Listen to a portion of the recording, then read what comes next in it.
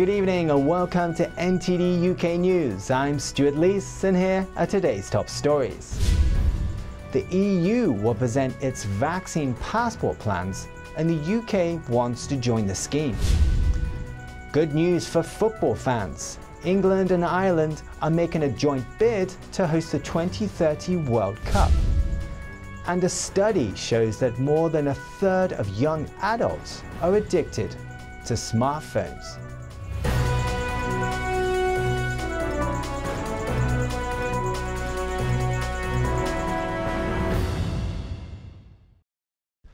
The EU will present plans for its new COVID-19 vaccination passport in 2 weeks. Those unvaccinated but with a recent negative test result may also be able to travel. NTD's Joy Duguid has the story. A planned EU vaccination passport could allow greater travel freedom in Europe this summer. The head of the European Commission tweeted on Monday that the EU will present its digital Green Pass on March 17th. She said the pass will show not only vaccination status, but also the recovery status of those who've had COVID-19, as well as virus test results. That means those who can't be or haven't yet been vaccinated, like children, would also likely be able to travel. The EU wants its pass to become a standard certificate, allowing EU citizens to move freely within the bloc. The UK government said it is talking with the EU about how its residents can join the scheme. Prime Minister Boris Johnson plans to use the UK's G7 presidency to work on a global approach to the pandemic. The travel industry, airlines and southern European countries are eager to have tourism restored this summer. It is, however, not yet clear whether vaccinated people can still transmit the virus to others. The EU expects to have the vaccination passport in place by the end of June. Joy Duguid, NTD News. Prime Minister Boris Johnson announced that the government will spend £2.8 million for a joint British and Irish World Cup 2030 bid. NTD's David English has the details. Boris Johnson told UEFA that England is ready to host more matches this summer after the vaccine programme's success. This commitment is in Wednesday's upcoming budget and has been welcomed by all the UK's football associations. There is a further £25 million earmarked for improving grassroots facilities. The joint British-Irish bid is up against a joint Spanish-Portuguese bid, and it will need UEFA's backing as the sole European candidate to be successful. Chancellor Rishi Sunak is also expected to announce a rescue package for summer sports like cricket and tennis, to the tune of some £300 million. David English, NTD News. Do you feel you might be addicted to your phone? Well, new research finds more than a third of young adults have signs of smartphone addiction, with many suffering from poor sleep. Here's NTD's Jane Worrell with the story. An investigation into smartphone use from King's College London found that smartphone addiction isn't necessarily limited to how much time you spend on your phone. The study of 1,043 university students found 40% are addicted to their phone. Those who use their phone after midnight for 4 or more hours were most likely to show signs of addiction. As co-author of the study, Dr. Ben Carter explains. It's not just the length of time that children and young people are actually using their devices, it's how they're using them and at what times they're using them, because using them within problematic times is probably a greater indicator that they are unhelpful to other lifestyle things that they're going on with. How can you actually tell if you might be addicted to your smartphone? So firstly, there's no clinical diagnosis. However, it does resemble what would be expected of a typical behavioural addiction. For example, an intense feeling of want to use the device, or maybe a tolerability, or even imagine that sense of loss and withdrawal when your battery is getting down into the red. I have that feeling. Is that something that you felt? Yeah, I have had that before. I think it's quite common, and I think probably the more important ones are the continued use despite harm, and that would be, say somebody's actually sleep deprived, but they continue to use their phone late at night, intensifying the harm that's being caused. A finding that's come up in this study, as well as other previous studies, is that overuse of phones is associated with trouble falling asleep. Jane Werrell, NTD News, London. A study finds teachers and school staff are no more likely to have been affected with the virus than other working-age adults in their areas. In December, researchers found about 14% of primary school staff had antibodies of the virus, indicating a past infection, while 16% of secondary school staff had them. Compare that with community averages, which are around 18%. The average is higher than what's found in the school staff. Officials say that mitigation methods used in schools have slowed the spread. Methods like creating bubbles for students, frequent cleaning, and opening windows. In February, house prices hit a record high of £231,000. The annual house price climbed nearly 7%, rising half a percentage point in a month. The rise is expected to increase as the government introduces new schemes. NTD's Patrick Hayden has the details. Nationwide Building Society says the average price of a property rose to a record high of £231,000 in February. In just a month, the annual average house price climbed 0.5% to 7%. Many people are looking to move out of the more highly populated areas. The government on Wednesday will announce a new mortgage guarantee scheme that will guarantee up to the value of £600,000. The scheme will be available for people in England and will be available to existing homeowners and first-time buyers. It will allow house purchase with a deposit of only 5%. The scheme will start in April, and it's expected that it will push house prices up even further.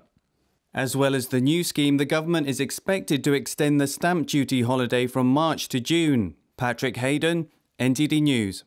Manchester-based online fashion company Boohoo is facing possible US import sanctions over allegations of using slave labor. NTD's Marianne Letham has the story. The US Customs and Border Protection Agency says it has seen enough evidence to start an investigation after a tip-off from a British lawyer. Sky News reports that the aim is to make British institutions take note of the consequences of using forced labour. Not being able to trade in the world's largest economy would be a huge deterrent. The UK's former Anti-Slavery Commissioner Kevin Hyland says the potential sanctions to not trade in the US are enormous. Boohoo's US sales in 2020 were over £260 million. That's more than a fifth of the company's total revenue. A lawyer's investigation into the company in 2020 found that allegations of poor working conditions were substantially true. Home Secretary Priti Patel at the time said that she was deeply concerned by the findings. Marianne Letham, NTD News. Men who throttle their partners will face up to 5 years in prison.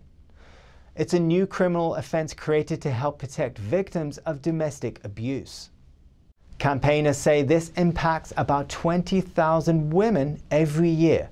Up until now, there was a loophole whereby the abuser escaped conviction. Domestic violence has risen dramatically during lockdowns. The Chancellor Rishi Sunak said in a statement, "For many victims, the pandemic has worsened the nightmares they go through day in, day out, with many left trapped and with nowhere to go."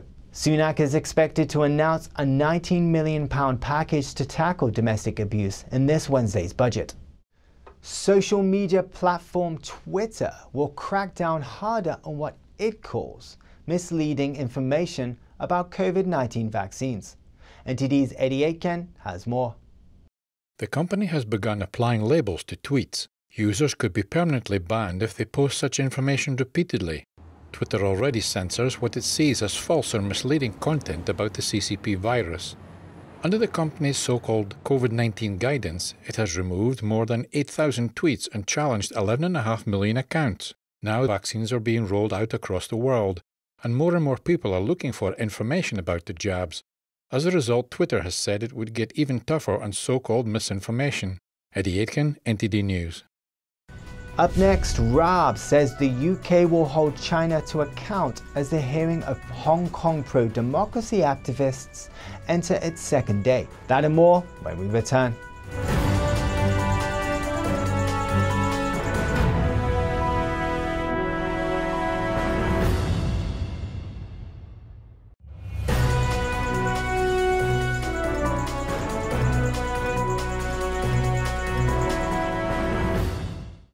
Foreign Secretary Dominic Raab scolds China for charging 47 Hong Kong pro-democracy activists.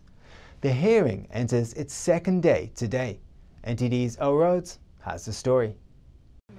Lawyers for the defendants are challenging a prosecution bid to deny them bail and keep them in custody for up to 3 months while police investigate. Foreign Secretary Dominic Raab says China is not keeping its word on Hong Kong by persecuting such a large number of political opponents. And it's given its word to the UK through the Joint Declaration International Treaty. It's given these assurances around how the national security legislation is going to be deployed and enforced. The activists are charged with conspiracy to commit subversion for holding an unofficial poll last July. It was aimed at picking candidates for a legislative council election that September. China said the national security law would be used to restore public order, not to crush political dissent. Raab says China's actions contradict its promises. We're also very clear that when our values are at stake, particularly human rights, we'll stand up for them and hold China to account for what it does. He says there is increasingly less confidence among the international community that China will keep to its word. On Monday, the hearing extended well past midnight before it was adjourned after one of the defendants fainted. Earl Rhodes, NTD News. The UK-based banking giant HSBC is doubling down on the Asian market, at the same time reducing its business in the US. There seems to be no turning back for the bank after aligning with the Chinese Communist regime. HSBC drew criticism from the US and UK last year for supporting the controversial security law forced on Hong Kong by the CCP and for freezing the bank accounts of political dissidents. A February presentation to investors revealed the bank will invest $6 billion in Asia over the next 5 years. That's with Hong Kong, mainland China, India, and Singapore as key growth drivers. The bank has sharply increased its focus on Asia in the last decade. Research done by the Financial Times shows that 15 years ago, HSBC's biggest revenue driver was Europe, followed by North America and Asia. But by 2019, Asia, mostly mainland China and Hong Kong, made up more than half of its revenue. The Telegraph newspaper reveals scientists from leading UK universities have worked with China's nuclear weapons research institutions. The report says some academics from 33 British universities, including Cambridge, Edinburgh and Manchester, do research with China's sole developer of nuclear weapons, the Chinese Academy of Engineering Physics, CAEP. CAEP is supervised by China's Central Military Council. Some researchers even work for this Chinese academy while holding posts at British universities and receiving the UK government funding. All universities involved say the research is compliant with the UK government's rules and guidance, and none of the research has any military use. New Yorkers are enjoying more aspects of daily life again as a city that never sleeps is waking up. It started with indoor dining and sporting events, and now the Lincoln Center. NTD's Arian Pasta brings us more.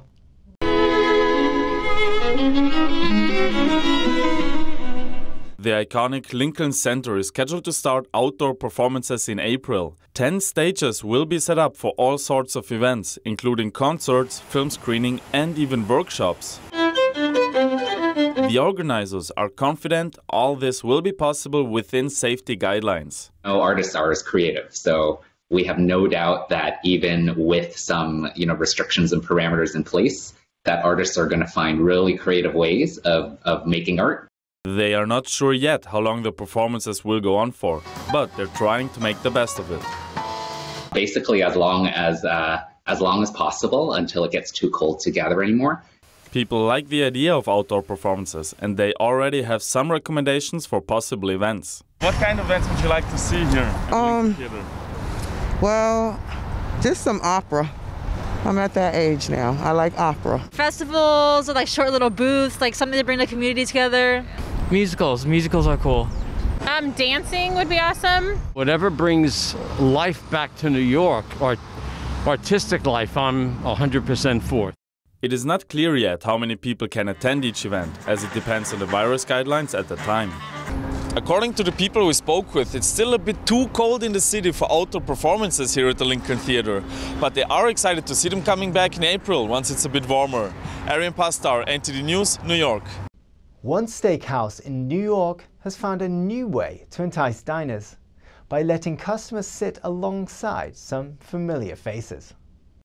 At Peter Luger's Steakhouse, seats have been occupied by class and fame. The steakhouse worked with Madame Tussauds to feature wax figures of celebrities. I think I saw it on Eater that they had the mannequins, celebrity mannequins in here, so I posted on Instagram like asking who wanted to go to lunch with me, and my girlfriend said that she wanted to go. The new add-ons to the restaurant coincides with indoor dining capacity going up to 35%. Michael Costa, manager at Peter Luger's, says business has been tough since the pandemic. We're finally almost fully staffed. So it's been rough. We've been doing a lot of the takeout orders. We never did that before.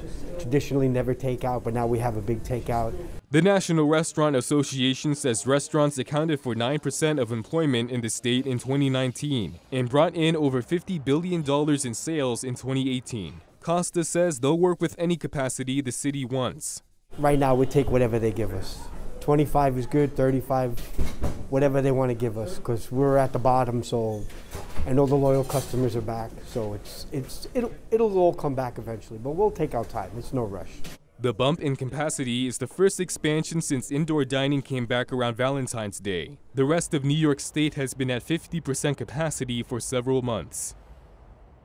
Coming up, which hybrid vehicle is crowned European Car of the Year? Find out more after the break.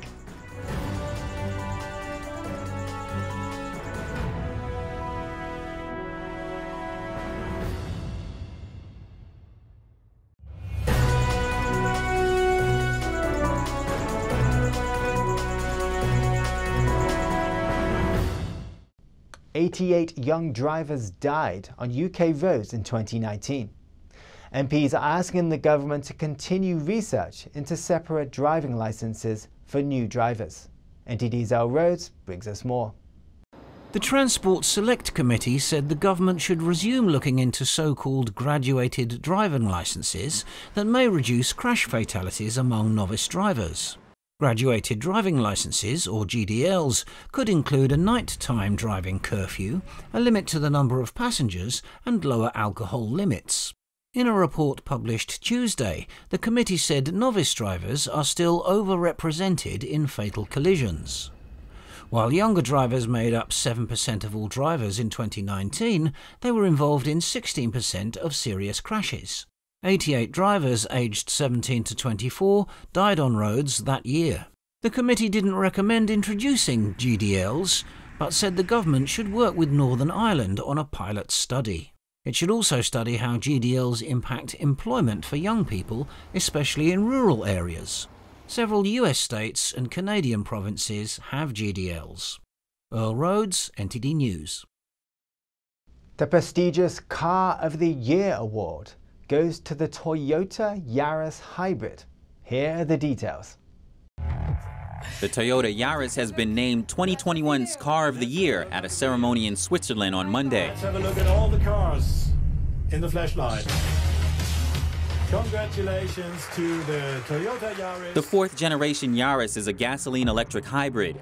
It beat off 6 other challengers for the title. The Car of the Year prize was established in 1964. It's an international award judged by a panel of auto journalists across Europe. The Toyota Yaris is one of the 7 finalists for the Car of the Year 2021. I'm driving it on some typical Dutch B-roads. They're twisty, they're narrow, they're bumpy, and therefore perfect to test the suspension of this 4th generation Yaris. It's more fun to drive, better steering, and more responsive handling. The strength is its versatility. The annual award presentation came on what should have been the eve of the Geneva International Motor Show. But for the 2nd year running, the event was canceled due to the CCP virus pandemic. Runner-up was the Fiat 500 Electric, with the Cooper Formentor crossover in 3rd. A first-generation Yaris was named Car of the Year in 2000. Executive Vice President of Toyota Europe, Matthew Harrison, says it's a great honor for Toyota, and he paid tribute to the work of the company's development teams in Europe and Japan. The Car of the Year award is an independent organization supported by 9 automotive publications from 9 European countries. Plug-in hybrid cars can be up to 70% less fuel efficient than official figures claim. That is a conclusion by a study by consumer group Which. Here's NTD's Neil Woodrow with more details. Natalie Hitchens at Which says the standard set for measuring fuel consumption is flawed and needs to be reviewed to better reflect real-life driving conditions. Manufacturers' fuel consumption figures are calculated using a new testing regime introduced in 2017. It's called the Worldwide Harmonized Light Vehicle Test Procedure, or WLTP. But Which says using this fuel efficiency test for plug-in hybrid cars may not be accurate. Based partly on a model's electric driving range, the miles per gallon in real-world driving can be much lower. In the study, Which tested 22 popular plug-in hybrid models and found the cars were on average over 60% less fuel efficient than the official fuel economy rating, which could potentially cost motorists hundreds of pounds more in fuel costs than expected. In a statement, Society of Motor Manufacturers Chief Executive Mike Hawes says the WLTP test is independently verified by government authorities, and it is these results and only these results that manufacturers are required by law to publish. He says there will always be a difference between lab tests and real-world use, and that the WLTP test is a standardized test designed to allow customers to compare results across different vehicles. The UK's Vehicle Certification Agency says the fuel consumption of plug-in hybrid electric vehicles is determined through rigorous lab testing procedures, and that it couldn't comment upon efficiency claims from independent testing.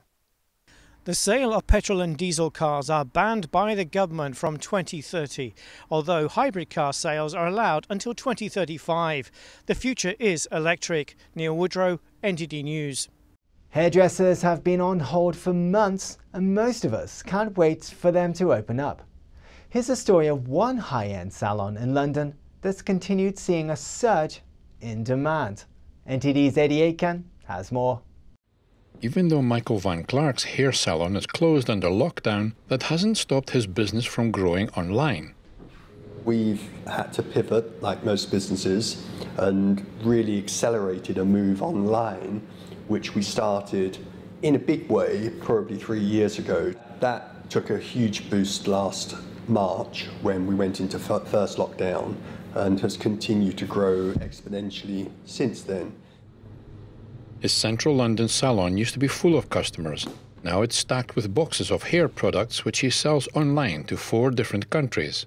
He says one flagship product sold 1,500% more during England's first lockdown, compared to the same period in 2019. Now in lockdown 3, he's struggling to keep up with demand. He's also engaging customers with more content on YouTube and Instagram, like tutorials on how to achieve certain hairstyles. Not just styling tips, how to shampoo, how to colour your hair at home, which was a big one from the first lockdown and has continued to be. Customers can also book one-on-one consultations by video call. Some clients want hand-holding all the way through their tint process, and we will do that too if they want to. So it's a technician showing exactly how to apply step by step all the way through. Van Clark is one of several UK hairdressers that have gone digital. One salon is offering live Q&A on Instagram. Another one delivers hair products to customers' doors, then teaches them how to use their product through a video call. Eddie Aitken, NTD News. That's the news for today, and thanks for tuning in. I'm Stuart Lees.